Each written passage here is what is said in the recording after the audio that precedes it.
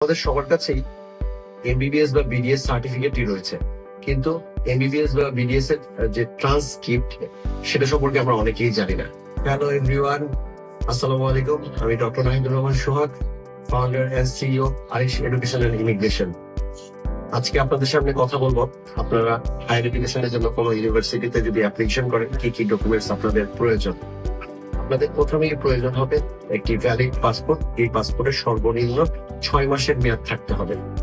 তারপর আপনাদের লাগবে এসএসসি সার্টিফিকেট, এসএসসি ট্রান্সক্রিপ্ট। তারপর লাগবে এইচএসসি সার্টিফিকেট, এইচএসসি ট্রান্সক্রিপ্ট। তৃতীয়তে লাগবে এমবিবিএস অথবা বিডিএস সার্টিফিকেট এন্ড ট্রান্সক্রিপ্ট। এই ক্ষেত্রে অনেকে আমরা ট্রান্সক্রিপ্টের ব্যাপারটা জানি না। আমরা যারা নিউ কারিকুলামের ছিলাম, যাদের 4টি প্রফ ছিল, আর যারা ওল্ড কারিকুলাম ছিল, যাদের 3টি প্রফ ছিল, তাদের এই প্রফের সকল মার্কশিট গুলো নিয়ে, আমি যদি একটি ইউনিভার্সিটির কথা বলি, ইউনিভার্সিটি অফ ঢাকার কথা বলি, তো সেক্ষেত্রে যার যতটি মার্কশিট রয়েছে, কারো যদি সাপ্লিও থেকে থাকে হয়তো 5টি 6টি বা যার যতটি রয়েছে, এই মার্কশিট গুলো ঢাকা ইউনিভার্সিটির রেজিস্টার ভবনের 309 নম্বর রুমে জমা দিলে ওনারা একটি নির্দিষ্ট সময়ের পরে আপনাদেরকে একটি অথবা 2টি পাতার মধ্যে আপনাদের সকল মার্কশিটের নাম্বারগুলো উঠিয়ে একটি একাডেমিক ট্রান্সক্রিপ্ট আপনাদেরকে দিয়ে দিবে। তারপর আপনাদের প্রয়োজন ইংলিশ প্রফিসিয়েন্সি টেস্টের রেজাল্ট। যদি আপনি আইএলটিএস অথবা পিটি অথবা টফেল অথবা ডুয়োলিঙ্গো দিয়ে থাকেন, সেই ইংলিশ প্রফিসিয়েন্সি টেস্টের রেজাল্টই আপনাদের প্রয়োজন।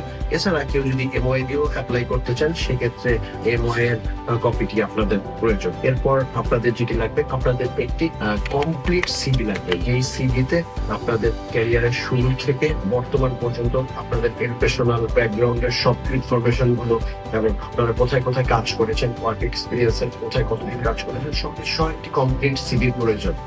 কোনো জায়গায় যাতে কোনো ক্যাপ না থাকে, সেভাবে প্রত্যেকটি কাজ আপনারা ইনপুট করবেন।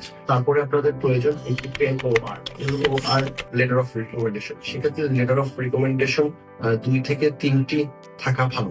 আপনারা যে যে মেডিকেল অর ডেন্টাল কলেজ থেকে কমপ্লিট করেছেন, সেই মেডিকেল অর ডেন্টাল কলেজে কোনো রেসপেক্টিভ প্রফেসর অথবা প্রিন্সিপাল অথবা কোনো ডিপার্টমেন্ট হেডের থেকে আপনারা লেটার অফ রিকমেন্ডেশন নিতে পারেন। তারপর আপনাদের প্রয়োজন ওয়ার্ক এক্সপিরিয়েন্স লেটার। আপনারা ইন্টার্নশিপ কমপ্লিট করার পরে কোথায় কাজ করছেন, প্রতিটি সেখানে ওয়ার্ক এক্সপিরিয়েন্স লেটার লাগবে। এছাড়াও আপনাদের যদি কোনো ইনফরমেশনের প্রয়োজন হয়, টিম আরিশ সবসময় আপনাদের পাশে রয়েছে। ধন্যবাদ, আসসালামু আলাইকুম।